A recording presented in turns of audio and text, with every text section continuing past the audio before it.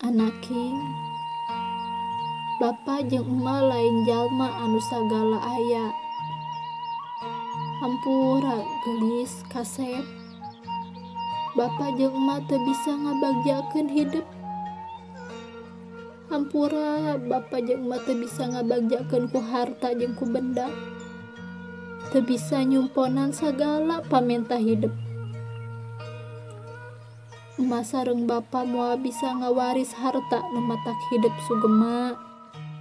Nanging nami hidup aya di satiap doa nu jadi kolot. Pikeun hidup hirup hurip waluya. Kade karipuh sing jadi panyipuh kolbu. Kasusah sing jadi pangasah manah. Kapeurih sing jadi pamatri elingna diri ka Gusti.